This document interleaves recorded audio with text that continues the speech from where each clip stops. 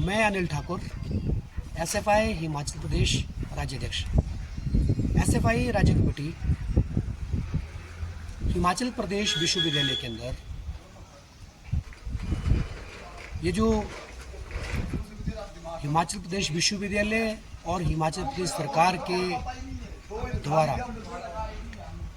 जो भारी बेतहाशा फीस वृद्धि जो है हिमाचल प्रदेश विश्वविद्यालय के अंदर की है, इस बात की जो है कड़ी निंदा करती है। और एसएफआई एक प्रोग्रेसिव और साइंटिफिक ऑर्गेनाइजेशन होने के नाते हिमाचल प्रदेश विश्वविद्यालय की अथॉरिटी से और हिमाचल प्रदेश की सरकार से इस बात को हम साझा करना चाहते हैं कि हिमाचल प्रदेश विश्वविद्यालय के अंदर अगर आर्थिक रूप से अगर बोझ बढ़ रहा है, हिमाचल प्रदेश विश्वविद्यालय के लिए अगर हिमाचल प्रदेश की सरकार जो सालाना बजट है उस बजट को जो है लगातार कम कर रही है, तो हिमाचल प्रदेश विश्वविद्यालय को अपने स्तर पर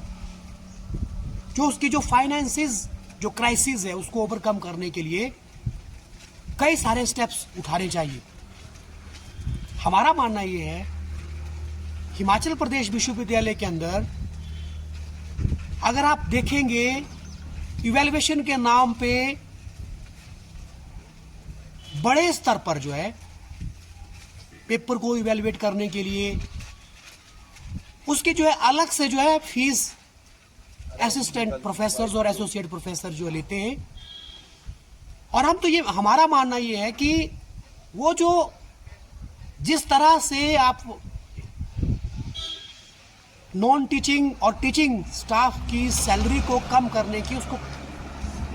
उसकी सैलरी में से कुछ काटने की जब अगर बात करते हैं, तो हमारा ये मानना है कि जो इवैल्यूएशन के नाम पे जो पेपर चेकिंग के नाम पे जो फीस दी जाती है उसको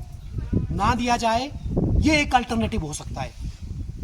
दूसरा, अगर आप देखेंगे इस विश्वविद्यालय के अंदर जब एग्जाम्स होते हैं और एग्जाम्स की ड्यूटी मोस्टली इस विश्वविद्यालय का जो टीचिंग और नॉन टीचिंग स्टाफ जब देता है उसके लिए जो है अलग से एक फीस जो है ली जाती है। हमारा मानना है कि उसको भी हम जो है उस फीस को भी हमें यूनिवर्सिटी की तरफ से जो टीचिंग स्टाफ है नॉन टीचिंग स्टाफ है उनको ना दी जाए। और तीसरी बड़ी बात है, अगर आप देखेंगे इस विश्वविद्यालय के अंदर यूनिवर्सिटी की अपनी 5 बसेस होती थी, जिन बसों के माध्यम से छात्र जो है यूनिवर्सिटी के अंदर डे स्कॉलर जो अपने घरों से आता था, कहीं संजौली से आता था, महली से आता है, टूटू से आता है, वो उनमें ट्रैवल करता है और यूनिवर्सिटी पहुंचता है। आज हमारे विश्वविद्यालय के अंदर मात्र 3 बसेज जो है रह चुकी है और 2 बसेज जो जिनकी कंडीशन खराब हो चुकी थी, जो पूरी तरह से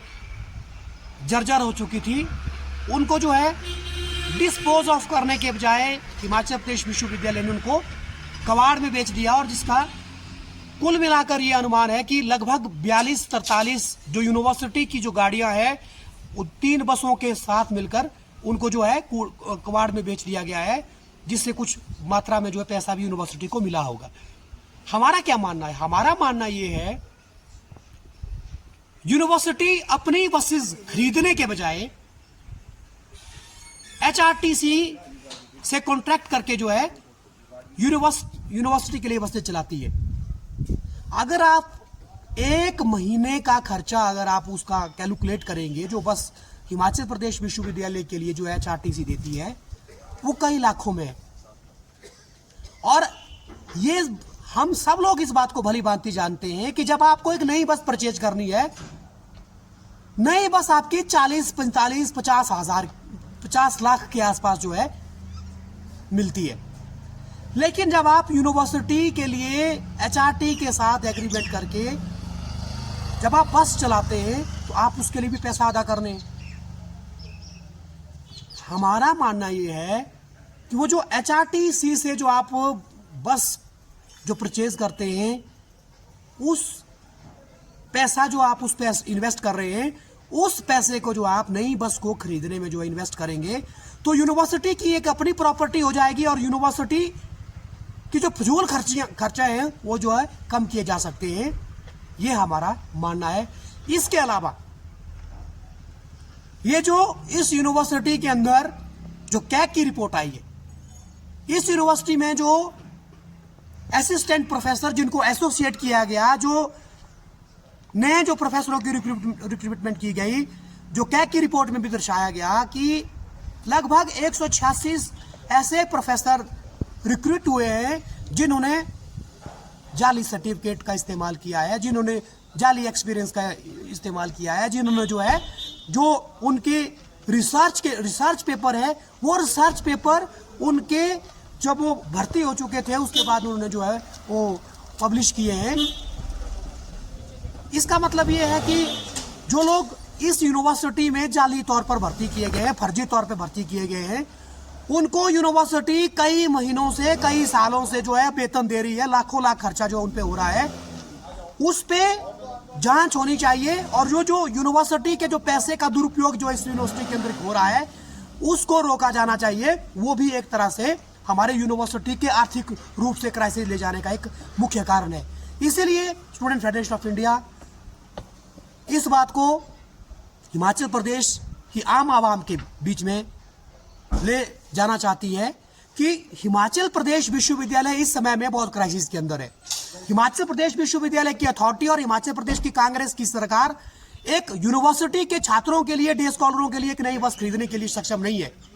आज इस क्राइसिस को ओवरकम करने के लिए आज आप देखेंगे कि नॉन टीचिंग स्टाफ है इस यूनिवर्सिटी का वो लगातार घट रहा है। उसकी जगह में दूसरा जो रिक्रूटमेंट होनी थी वो इस यूनिवर्सिटी में होने रहा है। आउटसोर्स और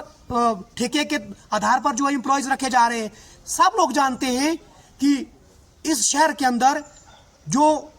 करप्शन जो हो रहा है, जो ठेके के आधार पर जो लोग रखे जा रहे हैं, जिनको लूटा जा रहा है, जिनको जो 8-8 घंटे 10-10 घंटे जो है जिनसे सेवाएं ली जा रही है, उनको मात्र आप 6,000 10,000 8,000 रुपये रख रहे हैं। इतना तो शिमला के अंदर रेंट है घरों का, तो वो किस तरह से अपने जीवन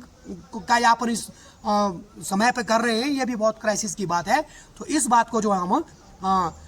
हिमाचल प्रदेश की सरकार के समक्ष और हिमाचल प्रदेश यूनिवर्सिटी के प्रशासन के समक्ष रखना चाहते हैं कि ये एक वे आउट हो सकता है कि आर्थिक रूप से जो क्राइसिस इस समय पे हिमाचल प्रदेश विश्वविद्यालय के अंदर है उसको हम ओवरकम कर सकते हैं। इसके बजाय कि आप जो एम्प्लॉयज की सैलरी को कम करें, इसके बजाय कि आप जो दूसरे संसाधन है उनको जो है उनको कम करें, ये हमारा मानना है। धन्यवाद।